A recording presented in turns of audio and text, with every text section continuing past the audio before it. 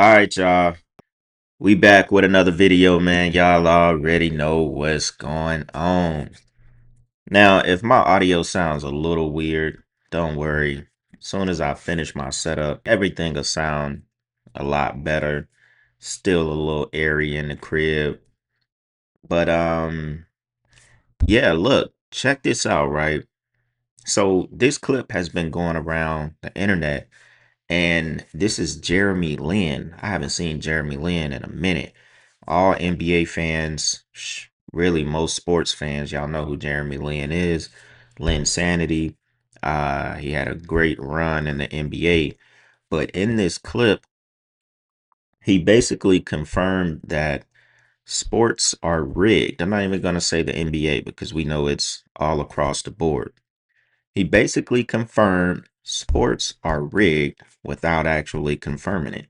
And then this kind of goes into, parlays, people who bet on sports, who even use the smaller apps like Prize Picks and, all those, I think Underdogs or something like that.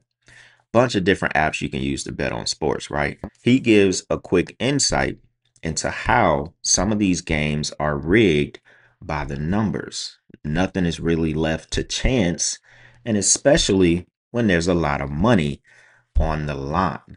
So check this clip out real quick. I thought this was interesting from a former NBA player himself who played alongside Kobe Bryant, who played on the New York Knicks. So his opinion definitely counts. Check this out, y'all.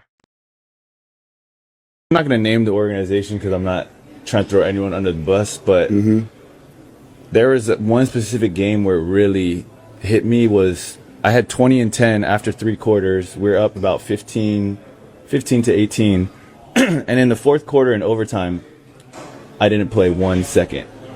And so I'm looking at the assistant coach watching our lead go down. I have 20 and 10 after 3 quarters. Like, I'm on pace to have a real nice game. And he goes, "Yeah, we got the call from above. You're done for tonight." That's crazy. And so I was like, "What? Like, who picked up the phone? How'd y'all get on the phone in the middle of the game?" And he's like, "I'm like, what happened?" But they got a look from somebody in the crowd was like, "Nah." Like, so me and this other player, the other player who was doing, he had like 25 after 3 quarters. They were both like, "Yo, those two, they're done." And so we ended up losing in overtime. And this was against another team that was also tied for last, and they were trying to get the best projection and the odds to get the. Now, that's crazy because when he said it, you could see the way Dwight Howard reacted right here. You see that he put his head back, put his hand on his head, looked at him like, whoa, you really saying some shit. Because that's exactly what they do. If you on pace, to mess up that money line, or you on pace to mess up another team, fighting for that last spot in the playoffs or whatever the case is, whatever the script says it is, they will make that call. He said somebody in the crowd or something said them two, they done. I mean, you already know you got 20 something points going into the third quarter. Team is about to win the game. Two people balling, and you don't even play for the rest of the fourth quarter. I mean, that tells you pretty much everything you need to know. But wasn't gonna spend too much time on this. I got some wild ass clips from this fashion show that I want to show y'all. Basically called Fecal Matter. I don't even know how to say the shit. It's like some Paris brand, designer brand. But check. I think this next clip is about Imagine Dragons and the lead singer. But check this out real quick, y'all. Proof that Hollywood is evil. Clean, get it done with. Doesn't matter that I signed a blood oath. Doesn't matter anymore. The Illuminati's real. I'm a member. It's how Imagine Dragons got famous. I'm tired of the politics. It puts me at great risk putting this out here and telling you guys this, but I believe in full honesty. And Beyonce's not talking. Chris Martin, nobody's saying a word. So there it is. There. In that clip you just saw, we can clearly hear Imagine Dragons lead singer Dan Reynolds open up about some very dark stuff. Now, of course, after he posted that short video, he would denounce it and say it was totally satire for entertainment purposes only, right? Found these lyrics from a song ironically titled Demons by Imagine Dragons. First, they talk about dreams failing, and the ones they're hailing are the worst of all. They also state, I want to hide the truth, I want to shelter you, but with the beast inside, there's nowhere we can hide. They would also go on to state, look into my eyes, that's where my demons hide, it's dark inside. Last but not least, they state, don't want to let you down, but I am hellbound. Whoa. So does nobody else find it weird that over the years, hundreds of celebrities have all come out claiming the same type of things? And quite literally, every time a video or claim like that drops, later on they claim it's satire and they were just kidding. It was all one big joke. If I'm not mistaken, I think Imagine Dragons wasn't they like one of the first people to get 1 billion views on YouTube before? If I'm not mistaken. And I think they have 33 million subscribers on YouTube. I'm just looking at it on my phone real quick. If I'm not mistaken, they were one of the first artists to get 1 billion views on YouTube.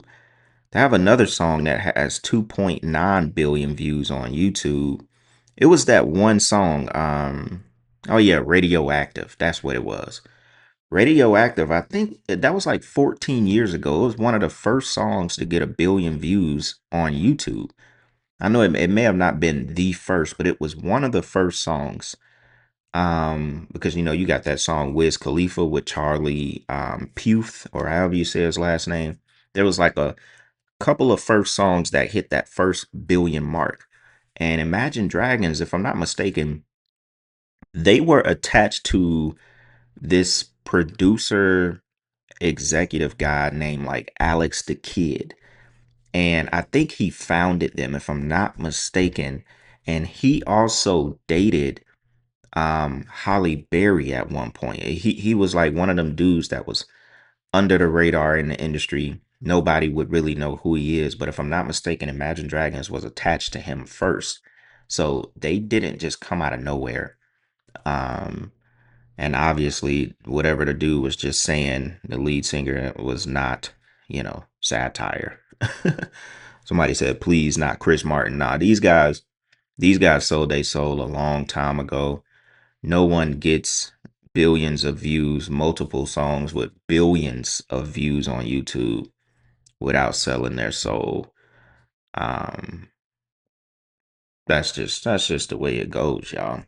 Let's check out some of this wild fashion stuff that I found. That one of them was actually sent to me. Y'all know I always cover these shows, and this one by far is some sick ass shit. Once again, very damn demonic. Let's see what we got next. Now, I don't know. Actually, hold up. We might have to scrub through this because they be playing some wild music that probably has copyrights. But this is Fall 2026 by Materis Fecalis. I don't know. Fecal matter. That's what I heard somebody say, so we're gonna call it fecal matter because that's exactly what this shit looks like. Look at this. Look at this. Look at this. What is this? First off, this is like a dude dressed up as like a old grandma. Just, I don't know, man. Bondage, crazy looking. And look at this. Y'all know they always got them Africans. You know what I'm saying? The cult of power. Look at this though, y'all. And y'all know we've been covering this for a while now, man. They always do it. Look at that. Look at that. With them demon eyes. Now, these folks and them wanting to be and channel Alexander McQueen and all of his stuff, and this is just crazy. And y'all remember this? I think this was the same show that obviously it was. This is the same outfit Michelle was wearing, but we didn't see all of this. But you can see how dark this stuff is, man. The makeup on the faces, distorted faces. This is just absolutely insane. Definitely gonna have a field day with the thumbnails. This is crazy. There's more. There's more. Let's see what we got next. I think these are just photos, up close shots of the same stuff. As y'all can see, this one here is, man, if this ain't some of the most demonic shit I have seen on the internet. Blinded by money, and it's only a $1 bill. I love power deliberately in our faces. So everyone saying this is demonic, wasn't the whole point of this show to represent how evil people within wealth and power are? Either way it goes, this is normal. This ain't, you know what I'm saying? This is normal. It doesn't even have to be, them trying to send a message. They're going to do this regardless, even if there is no message about how rich people are. I mean, I get it. I get it. I get it. As far as this one, blinded by money, I love power. I get what they're trying to say. But regardless, their shows are like this without the message. It's dark regardless. This is crazy. Like, you don't have to have demon eyes at every single fashion show to send a message. The symbolism is crazy. Devil show, demonic, American Horror Story. Yeah, it's literally like American Horror Story. I'm telling y'all, they got it. Freak Show. Yep, they got it from that dude. Y'all remember? Oh, that's crazy.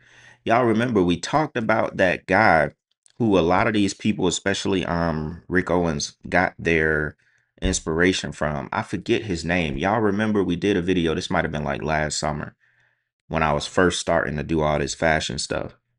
He was the one who he sharded on the crowd. If y'all remember that. Remember, it was some kind of award show. I think he died from AIDS back in the 90s. And he was one of those first, all the way out there, sexual demon type of fashion dudes. He was a big white dude. Kind of remind me of Sam Smith, how Sam Smith is right now. And he used to wear the spandex and stuff, latex looking leather all on his head. I think that is where American Horror Story got the idea from that latex dude in the black, like, rubber looking crazy suit, and he was like a demon. I think they got that idea from him because Rick Owens and all of them, they were inspired by dude as well. But remember, he had AIDS and he sharded at the crowd at an award show. Some of the sickest shit I have ever heard of in my life. And this was, this was a fashion, whatever you want to call them. But this is crazy. I mean, I get the symbolism behind this one. I get it. I get it. It's this one is far from the most demonic that we have seen. Definitely, that shit looks a little creepy. Definitely gonna have a field day with the thumbnail on this one. Now, I think this was just more of the walks, them walking through. Music way too damn loud. But that's all this stuff is. These are like, what is this? Like a silicone type of, I don't know. I be just as dumbfounded. Somebody said it feels like I'm watching demons. Of course, the energy feels heavy. What the hell is this? They're not hiding it. See, I'm glad people are actually under these videos because usually when I find this kind of stuff on TikTok or something like that, there's not many comments under it. Like, people not paying attention to this. You know what I'm saying? I think I've probably been the only one to cover fashion this much, like at least the demonic side of it.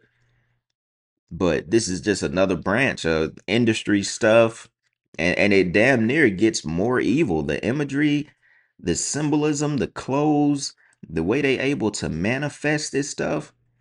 And wasn't I just talking about it in that last video? I was like, look, I said it. I said it. Look, this is not meant for us. This is not meant for us. somebody, let me see what this person's saying. What you're watching is probably one of the best shows that I've seen in recent years, and it's called The 1%. And it is just that, the call out of the 1%. The first part is introduction to a bourgeois family. You meet the mothers, fathers, daughters of the family. A lot of them wearing white gloves with red palms titled guilt gloves, symbolizing that there's blood on their hands. Some characters even choking on the accessories, symbolizing the greed. Wearing shirts saying, "I love power," and literally being blinded with money. Instead of handcuffs, their hands are tied with pearl necklaces. Their pursuit of beauty and youth being one thing that they can never attain. The second part represents the power of community. This is also a call out of the 1%. It also is a reference how the Métier Fécal team has been referred to since their last debut in Paris. They're constantly called a cult, which can be easily said about 1% also. The last part is the power of the future, where Hannah shows up in albino python cocoon skirt with the heelless skin boot morphing into her leg, showing that the 1% have access to tools of life that most of us don't. Michelle Ami walks the show as a representation of bracing the natural beauty of aging and no need to play pretend. This fashion show is a commentary on society that we live in. This is what fashion does the most. Provoke. The collection might leave you uncomfortable, but the question is, doesn't society already make you feel uncomfortable? I mean, I get it. Like I said, I get it. That was a good breakdown. He broke it down. They're showing you the family. They're showing you the daughters with blood on their hands. Interesting that they show you the daughters with blood on their hands, showing you that they are blinded by money, the 1%. They are choking on the accessories, hence the figure right there. Hence this crazy looking figure right here. This was one of the moms, and this one right here is definitely what we've been looking at with the industry. You could tell like all the surgery, trying to stay looking young and all that good stuff. I mean, this is a good representation of the 1% for sure.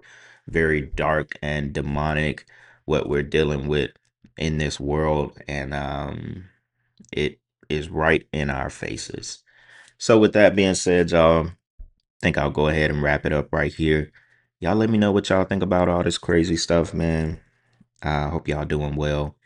You know, I'm doing pretty good, man. I got no complaints. Thank y'all once again for all the support. We'll be back with another video tomorrow. It's Black Balloon, and I'm going to see y'all soon. All right. I'm out.